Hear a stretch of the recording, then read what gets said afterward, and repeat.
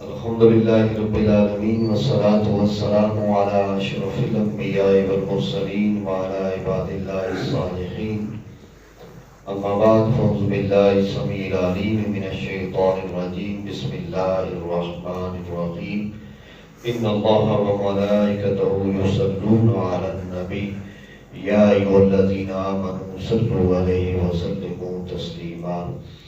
ایک مرتبہ بآواز بلند درود و سلام کا نذرانہ پیش فرمائیں۔ الصلاۃ والسلام علیک یا سیدی یا رسول اللہ وعلی آلک واصحابک یا سیدی یا حبیب اللہ۔ الصلاۃ والسلام علیک یا سیدی یا رحمۃ للعالمین۔ مولانا صلی وسلم دائما ابدا علی حبیبک خیر الخلق کلہم وأحسن منك لم تر قط عيني وأجمل منك لم تلد النساء خلقت مبرأ من كل عيب كأنك قد خلقت كما تشاء۔ حضور نبی رحمت جانے کائنات جانے جہاں صلی اللہ تعالی علیہ وسلم نے ارشاد فرمایا، جب دو دوست آپس میں ملاقات کرتے ہیں اور ایک دوسرے کو سلام دینے کے بعد میری ذات پہ درود و سلام پڑھتے ہیں تو اللہ کریم ان دونوں کے جدا ہونے سے پہلے ہی ان دونوں کے گناہوں کو معاف فرما دیتا ہے۔ اللہ رب العزت کی حمد و ثنا اور رسول نبی رحمت صلی اللہ تعالی علیہ وسلم کی ذات اقدس پر کروڑا کروڑ درود و سلام کے بعد میرے کریم آقا کائنات صلی اللہ تعالی علیہ وسلم کی عاشق و غلاموں، آج ہم پھر درس بخاری کی اس روحانی خوبصورت اور بابرکت محفل میں حاضر ہیں۔ اللہ کریم ہماری اس حاضری کو اپنی بارگاہ میں شرف قبولیت عطا فرمائے۔ آج کا ہمارا درس وطر کے حوالے سے ہوگا، یعنی نماز عشاء کے بعد ہم جو وطر ادا کرتے ہیں ان کے وطروں کے چند مسائل وہ آپ کی خدمت میں گوش گزار کروں گا، اور پھر آئندہ درس میں سنن و نوافل کے اوپر گفتگو ہوگی، کیونکہ فی زمانہ ہم جس مرض میں مبتلا ہیں وہ یہ ہے کہ لوگ آ کے صرف فرض پڑھ لیتے ہیں اور اکثریت سنتیں چھوڑ دیتی ہے، یا اکثریت نوافل کو چھوڑ دیتے ہیں، اور لوگ یہ سمجھتے ہیں کہ جناب صرف فرض ہی ہیں، فرض پڑھنے چاہیے اور فرض پڑھ کے خاموشی کے ساتھ گھر چلا جانا چاہیے۔ اور ہماری اکثریت تعداد جو عمرہ شریف پہ جاتی ہے یا عرب ممالک میں روزی کے حوالے سے قیام پذیر ہوتے ہیں، تو وہ افراد بھی یہی کہتے ہیں کہ جناب وہاں پر لوگ جو ہے بقیہ نماز نہیں پڑھتے، سنتے نہیں پڑھتے، وطر نہیں پڑھتے، نوافل نہیں پڑھتے، وہ آتے ہیں اور فرض پڑھ کے چلے جاتے ہیں۔ حالانکہ ایسی بات نہیں ہے۔ سنت طریقہ جو ہے وہ یہ ہے کہ میرے کریم آقا کائنات صلی اللہ تعالی علیہ وسلم نے پوری زندگی ایک بھی سنتیں یا نوافل مسجد میں ادا نہیں کیے۔ حضور صرف فرائض پڑھنے کے لیے مسجد میں آتے اور باقی نماز تاجدار کائنات صلی اللہ تعالی علیہ وسلم گھر میں ادا فرماتے تھے۔ اس لیے حضور نبی رحمت صلی اللہ تعالی علیہ وسلم کا فرمان اقدس ہے، اپنے گھروں کو قبرستان نہ بناؤ۔ جس گھر میں کوئی مصلی نہیں بچھاتا، نماز نہیں پڑھتا، وہ گھر قبرستان کی مانند ہوتا ہے۔ خوش نصیب وہ افراد ہوتے ہیں جو فرض نمازیں آ کر مسجد میں ادا کرتے ہیں اور بقیہ نمازیں گھر کے کونا مختص کرتے ہیں، تاکہ اس گھر کے کونے میں اللہ کی بارگاہ میں سجدہ ریز ہوا جائے اور اس کی بارگاہ سے خیر طلب کی جائے۔ حضرت عبداللہ ابن عباس رضی اللہ تعالیٰ عنہ نے ایک رات حضور نبی رحمت صلی اللہ تعالیٰ علیہ وسلم کے یہاں پذیر ہوا اور میں نے رات تاجدار کائنات کے ساتھ گزاری۔ سحری کے وقت نماز تہجد کے لیے میرے آقا کائنات بیدار ہوئے۔ آپ نے وضو فرمایا، مسواک کی، اور پھر وہیں پہ تاجدار کائنات نے قرآن مجید فرقان حمید کی تلاوت کی. پھر تاجدار کائنات کھڑے ہوئے، پہلے 2 رکعتیں پڑھی، قیام بھی لمبا کیا، رکوع و سجود بھی طویل کیا، اور یوں تاجدار کائنات نے 2 کر کے 6 رکعتیں پڑھی. اور یہ 6 نماز تہجد کے نوافل پڑھنے کے بعد میرے کریم آقا کائنات نے 3 رکعت وتر کی نماز کو ادا فرمایا. یوں 9 رکعتیں حضور نبی رحمت صلی اللہ تعالی علیہ وسلم نے ادا فرمائی. حضرت عبداللہ ابن عمر رضی اللہ تعالیٰ عنہ سے روایت ہے، حضور نبی رحمت صلی اللہ تعالیٰ علیہ وسلم نے ارشاد فرمایا، رات کی نمازوں میں سے آخر میں وتر ادا کرو، اور اگر کوئی رہ جائے جس وقت صبح یاد آئے تو اپنے وتر کی ادائیگی لازمی کر لو. حضرت جابر رضی اللہ تعالیٰ عنہ سے روایت ہے، حضور نبی رحمت صلی اللہ تعالیٰ علیہ وسلم نے ارشاد فرمایا، جسے اندیشہ ہو کہ پچھلی رات نہیں اٹھ سکے گا تو وہ اول وقت میں وتر پڑھ لے. یعنی ہماری طرح جو اٹھ ہی نہیں سکتا، جس نے بمشکل فجر ہی پڑھنی ہو، تو اس کے لیے حکم یہ ہے کہ وہ عشاء کی نماز کے ساتھ ہی اپنے وتر مکمل کر لے. اور پھر حضور نبی رحمت نے ارشاد فرمایا، جس کو یقین ہو کہ صبح بیدار ہو سکے گا اور نماز تہجد کے لیے آنکھ کھلے گی، تو اس کے لیے مستحب ہے کہ وہ نماز وتر اپنی نماز تہجد کے ساتھ ادا کرے، اس لیے کہ یہ نماز مشہود ہے. یعنی یہ وہ رحمت بھرا وقت ہوتا ہے جب اللہ کی رحمت انسان پہ متوجہ ہوتی ہے، تو اس وقت یہ وتر کی نماز پڑھے تو یہ پڑھنا اس کے لیے سب سے افضل ہوگا. حضور نبی رحمت صلی اللہ تعالیٰ علیہ وسلم نے ارشاد فرمایا کہ اے قرآن والوں، وتر پڑھو، اللہ نے وتروں کو بڑا پسند فرمایا ہے. اور پھر ارشاد فرمایا، اللہ نے ایک نماز سے تمہاری مدد کی ہے، اور یہ مدد کرنا سرخ اونٹوں سے بہتر ہے. یعنی سرخ اونٹوں کی مثال اس وقت دی جاتی ہے، یعنی آج کے دور میں وہ سرخ اونٹ اس دور کے لینڈ کروزر کے برابر ہیں. یعنی آپ کسی مصیبت میں ہیں، تکلیف میں ہیں، پریشانی میں ہیں، آپ کے پاس مال و زر نہیں، آپ کا دوست آ کر اپنی لینڈ کروزر کی چابی آپ کے ہاتھ پہ رکھ دے کہ یہ بیچ، جو مرضی کر، یہ مال تیرا ہے، تو آپ کو کتنی خوشی ہوگی. تو حضور نبی رحمت صلی اللہ تعالیٰ علیہ وسلم نے ارشاد فرمایا، اس نماز کے ذریعے اللہ نے تمہاری مدد کی ہے، اور یہ سرخ اونٹوں سے بہتر ہے، اور جس نماز کے ذریعے مدد کی ہے وہ نماز وتر ہے. اللہ نے اسے عشاء کی نماز سے لے کر طلوع فجر تک، یعنی صبح فجر کے آغاز تک اس کے درمیان رکھا ہے. جب بھی پڑھو گے اللہ کریم تمہاری جھولیوں کو رحمتوں اور برکتوں سے مالا مال فرما دے گا.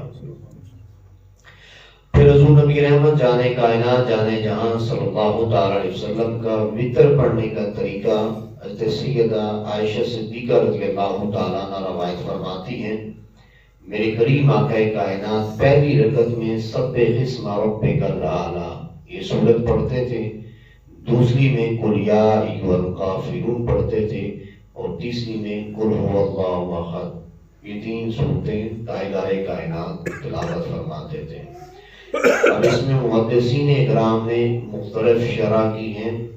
بعض نے یہ کہا ہے کہ پہلی رکعت میں آپ انا انزلناہ فی لیلۃ القدر پڑھیں، دوسری میں قل یا ایھا الکافرون پڑھیں، اور تیسری میں قل ھو اللہ احد پڑھیں.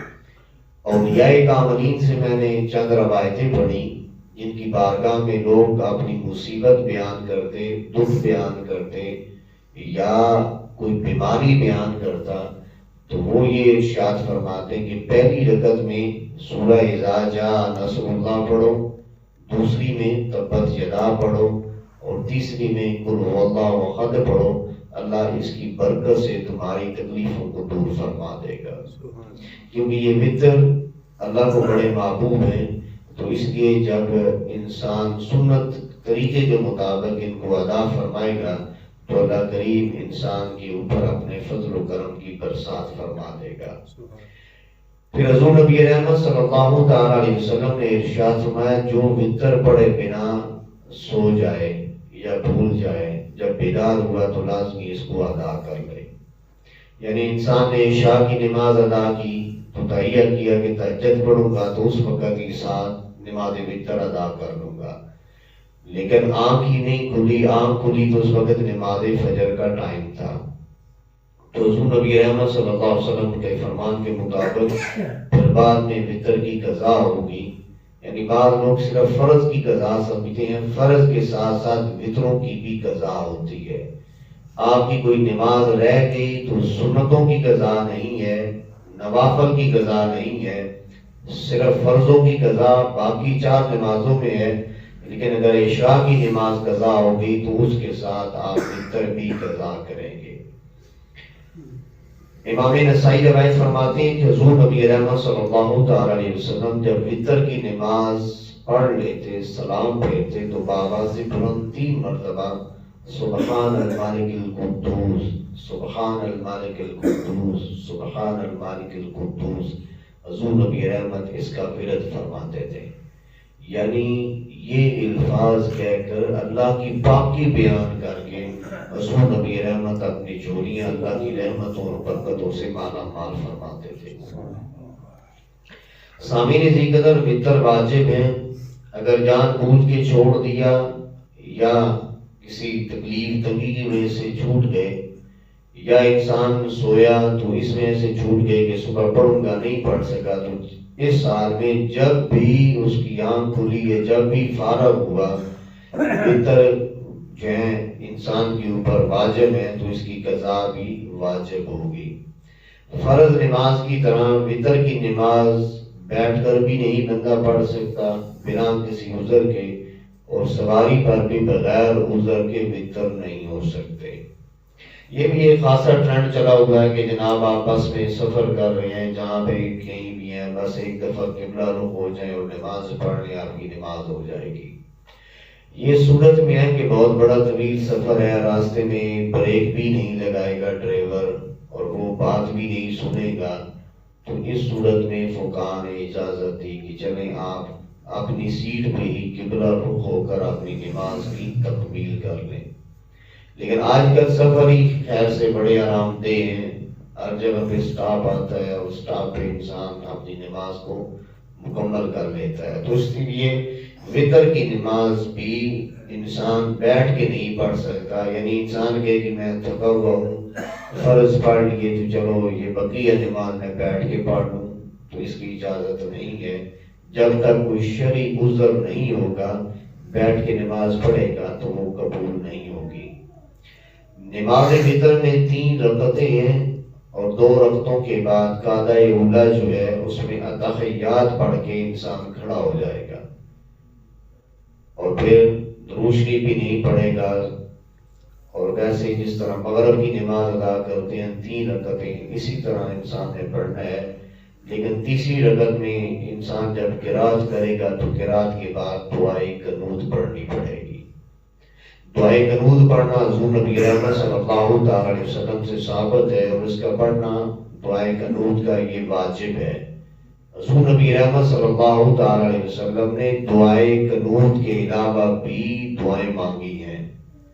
آپ مانگ سکتے ہیں. آپ کو کوئی بھی عربی کی دعا آتی ہے، عربی کے خاص دعائیں جو حضور سے جو ہے روایت کی گئیں، جو حضور نبی رحمت صلی اللہ تعالی علیہ وسلم پڑھا کرتے تھے، آپ بھی ان صورتوں کو جو ہے دعاؤں کو پڑھ سکتے ہیں.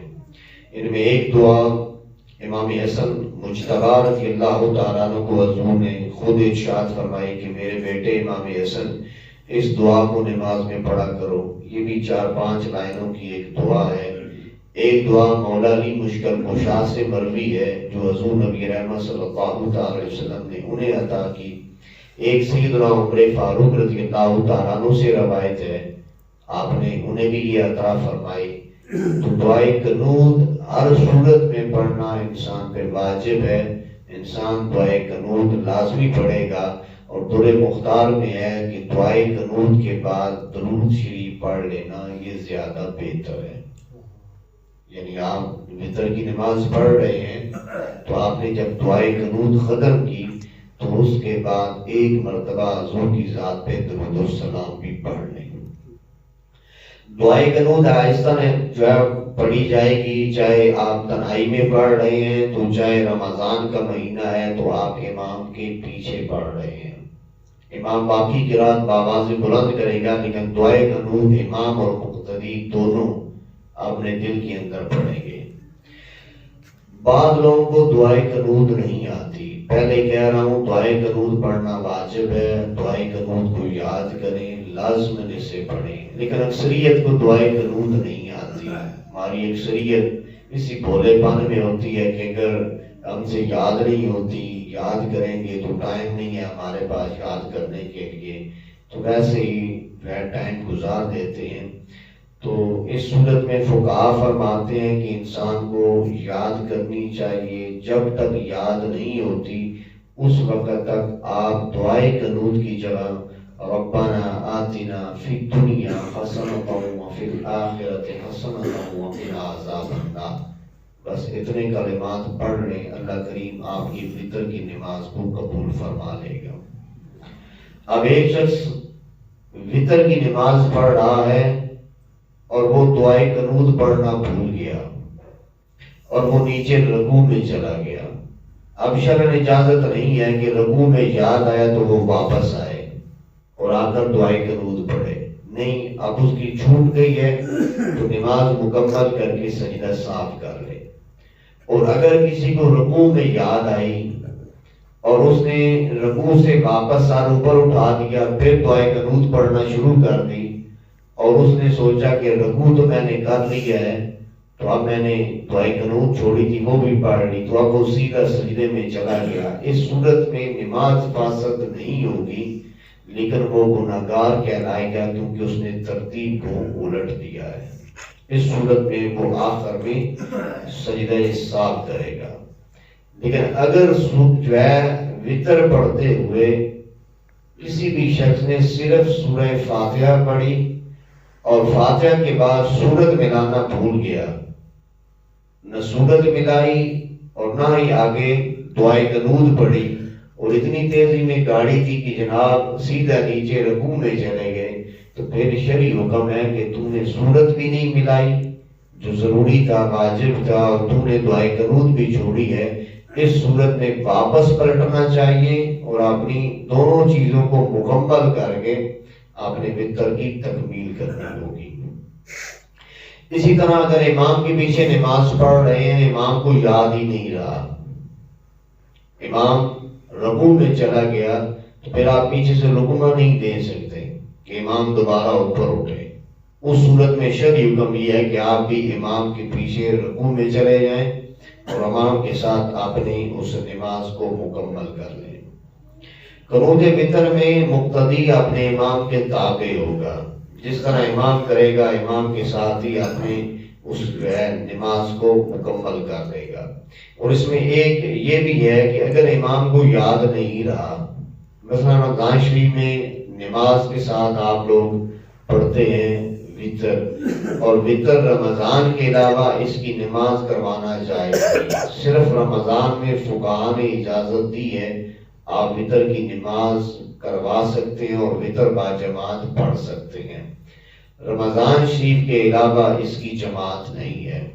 اگر آپ امام کے پیچھے ہیں اور امام کو یاد ہی نہیں رہا اور امام رکوع میں چلا گیا، تو آپ کے لیے یہ شرعی حکم ہے کہ آپ صرف اپنے ہاتھوں کو بلند کر کے تکبیر کہہ دیں، اور تکبیر کہہ کے آپ امام کے ساتھ رکوع میں چلے جائیں۔ آپ امام کے تابع ہیں لیکن آپ کو یاد تھا، آپ نے صرف تکبیر کہہ دی تو آپ کے تمام معاملات مکمل ہو جائیں گے، لیکن امام کے تابع تھے اس لیے امام سجدہ صاحب کرے گا اور آپ بھی سجدہ صاحب کے ساتھ اپنی اس جو ہے نماز کو مکمل کر لیں گے۔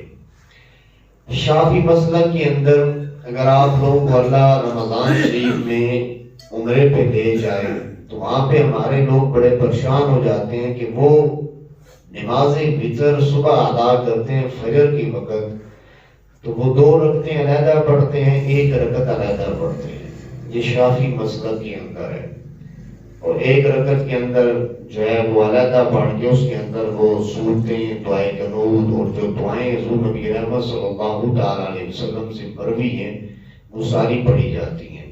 تو اس صورت میں ہم جو فقہ حنفیہ والے ہیں ہمارے لیے حکم یہ ہے کہ اگر فقہ شافعیہ کی کسی امام کے پیچھے آپ نماز پڑھ رہے ہوں، آپ نے فقط اس کی پیروی کرنی ہے، بقیہ آپ ان کے پیچھے خاموشی کے ساتھ کھڑے رہیں، آپ کو اللہ کریم وطر کا ثواب عطا فرما دے گا۔ وطر کی نماز قضا ہو گئی تو زندگی میں جب بھی آپ کو وقت ملے گا آپ کو ادا کرنی پڑے گی۔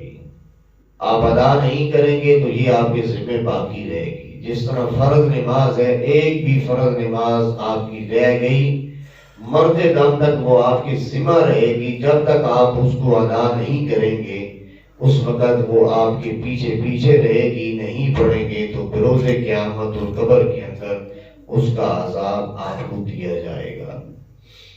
ہمارے ہاں اکثریت ہماری نمازیں قضا ہو جاتی ہیں، وطر قضا ہو جاتے ہیں، لیکن ہم اس کی طرف توجہ نہیں دیتے۔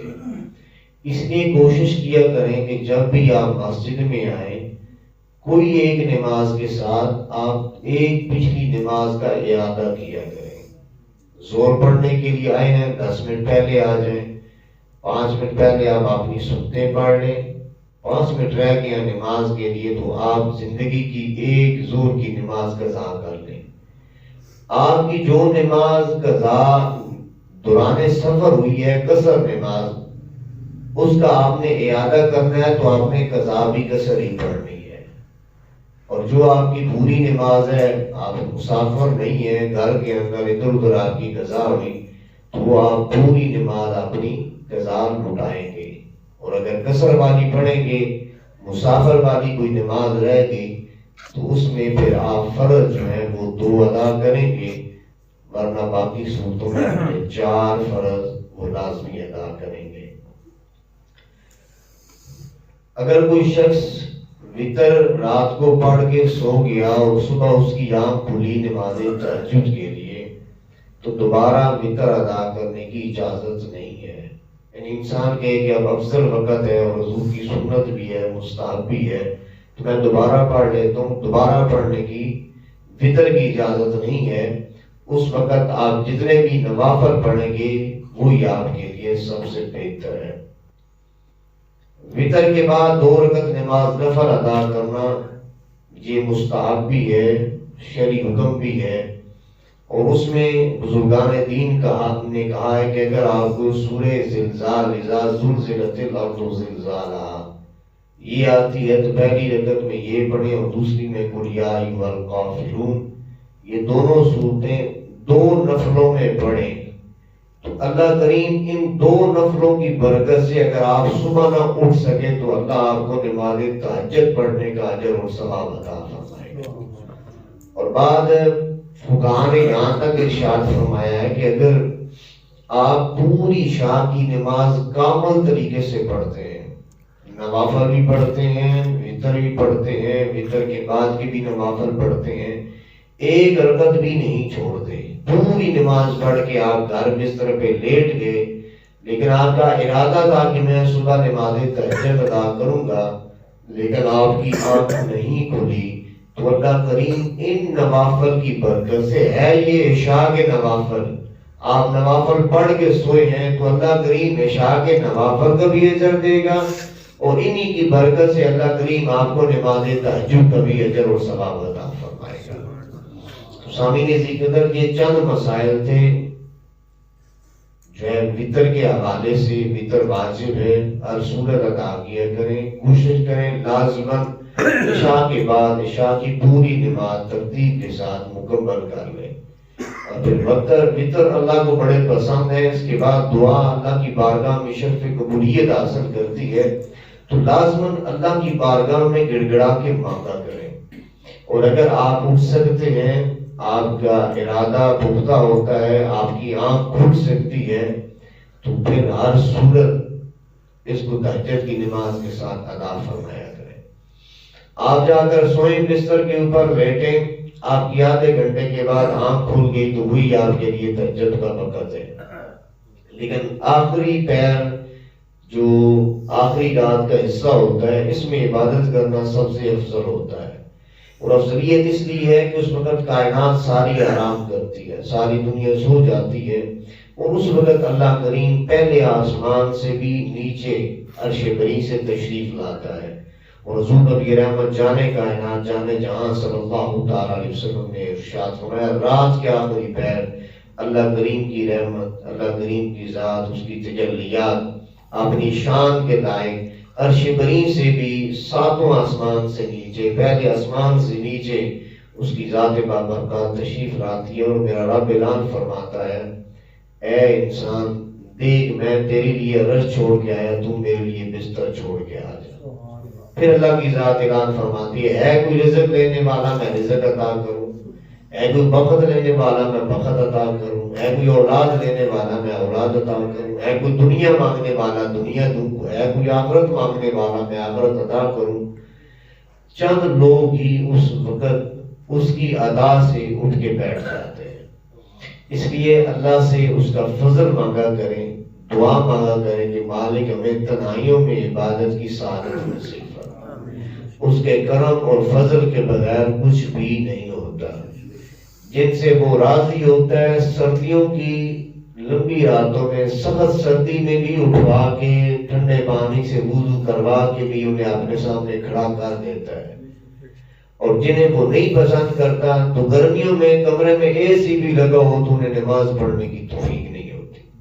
یہ اس کی عطا ہوتی ہے، جس سے وہ راضی رہے اسے ہر حال میں اپنے سامنے کھڑا کر لیتا ہے، اور جس سے راضی نہ ہو اس کو کبھی اپنے دروازے کے نزدیک نہیں آنے دیتا۔ اس لیے یہ بات ہمیشہ ذہن نشین رکھ لیں، بارہا عرض کی ہے اللہ کی ذات جب بھی ناراض ہوگی اللہ آپ سے رزق نہیں چھینے گا، کبھی بھی نہیں، آپ کو بھوکا نہیں مرنے دے گا۔ آپ کا جو رزق میرے مالک نے لکھا ہے وہ ہر صورت آپ کو ملے گا۔ اور حضرت علی کرم اللہ وجہ الکریم نے کیا خوبصورت جملہ ارشاد فرمایا، آپ فرماتے ہیں دنیا رزق کے پیچھے دوڑ رہی ہے، حالانکہ دنیا کو چاہیے رزاق کے پیچھے دوڑے، رزق خود پیچھے دوڑے گا۔ اور آپ نے خوبصورت مثال دی کہ موت کا فرشتہ اگر بندے کو ڈھونڈ کر روح قبض کر سکتا ہے تو رزق کا فرشتہ بھی ڈھونڈ کے رزق دے سکتا ہے۔ اس نے جو رزق مالک نے لکھا ہے اور فرشتے نے آ کے تمہیں کو جانا ہے تو اس نے آپ کو ڈھونڈنا بھی ہے، اس نے آپ کو دینا بھی ہے۔ تو اس لیے بزرگان دین فرماتے ہیں اللہ جب ناراض ہو جائے اللہ بندے سے رزق نہیں چھینتا، اللہ جب ناراض ہو جائے سجدوں کی توفیق چھین لیتا ہے، اپنے گھر کا دروازہ چھین دیتا ہے، پھر نہیں آنے دیتا اپنے دروازے پہ، پھر نہیں جھکنے دیتا اپنے در پہ، پھر نہیں بیٹھنے دیتا اپنے سامنے، دنیا داری میں مگن کر دیتا۔ بس انسان چل سو چل لگی ہے کمانے میں، دنیا داری میں غرق ہے، پھر انسان بس سوچتا رہتا ہے آج نہیں کل سے نماز شروع کروں گا، پرسوں سے شروع کر لوں گا، آج کپڑے ٹھیک نہیں، کل سے پھر انشاءاللہ جاؤں گا۔ میں ہمیشہ کہتا ہوں انسان تیری کیا مجال ہے، وہ بلائے تو نہ آئے، ہے کوئی مجال؟ اللہ میں بلائے ہم نہ آئے، کوئی مجال نہیں۔ ہم کون ہوتے ہیں؟ ہم تو خاک میں رولنے والے جو ہے ادنا سے کیڑے، ہمیں کیا؟ وہ بلائے ہم نہ آئے، یہ ہو ہی نہیں سکتا، ہماری کیا مجال ہے؟ انسان کچھ بھی نہیں کر سکتا۔ یہ مالک نے پسند ہی نہیں کیا کہ تم اس کے دروازے پہ آئے اور تم اس کے سامنے کھڑا ہو۔ جسے وہ پسند کرتا ہے کھڑا کرنا چاہتا ہے اسے ہر حال میں کھڑا کر دیتا ہے، جسے پسند کرتا ہے کرب و بلا میں 72 لاشیں بھی پڑے تھے تو اسے اپنے سامنے کھڑا کر لیا۔ جنہیں کھڑا کرنا ہوتا ہے تو پھر میدان بدر میں وہاں پر بھی جب تیروں تلواروں کی سائے میں بھی کھڑا کر دیتا ہے، نہ کھڑا کرنے پہ آئے تو پھر انسان نرم و گداز بستر پہ بیٹھ کے بھی اس مالک کو یاد نہیں کرتا۔ اس لیے اللہ سے اس کا فضل مانگا کریں، اس کی کرم نوازی مانگی کریں، اور یہ دعا کیا کریں مالک حلال کا لقمہ نصیب فرما، تنہائیوں کی عبادت ہمیں نصیب فرما، رونے کی سعادت بخش، گڑ گڑانے کی توفیق ہمیں بخش۔ یہ آنکھیں خشک نہ رہیں کہ تیرے جس طرح زبان تیرے ذکر سے تر رہے، یہ آنکھیں بھی تیرے خوف سے بہنے والے آنسوں سے ہمیشہ تر رہے۔ دعا مانگنا انسان کا کام ہے، گڑگڑانا انسان کا کام ہے، جھولیاں بھرنا یہ میرے رب ذوالجلال کا کام ہے۔ اللہ کریم ہمیں ہمیشہ صحت و سلامتی کے ساتھ ہر لمحے اپنے سامنے کھڑے ہونے کی سعادت نصیب فرمائے، اور پانچوں نمازیں اللہ کریم ہمیں ہمیشہ باجماعت پڑھنے کی سعادت نصیب فرمائے۔ آمین وآخر دعوانا الحمدللہ رب العالمین۔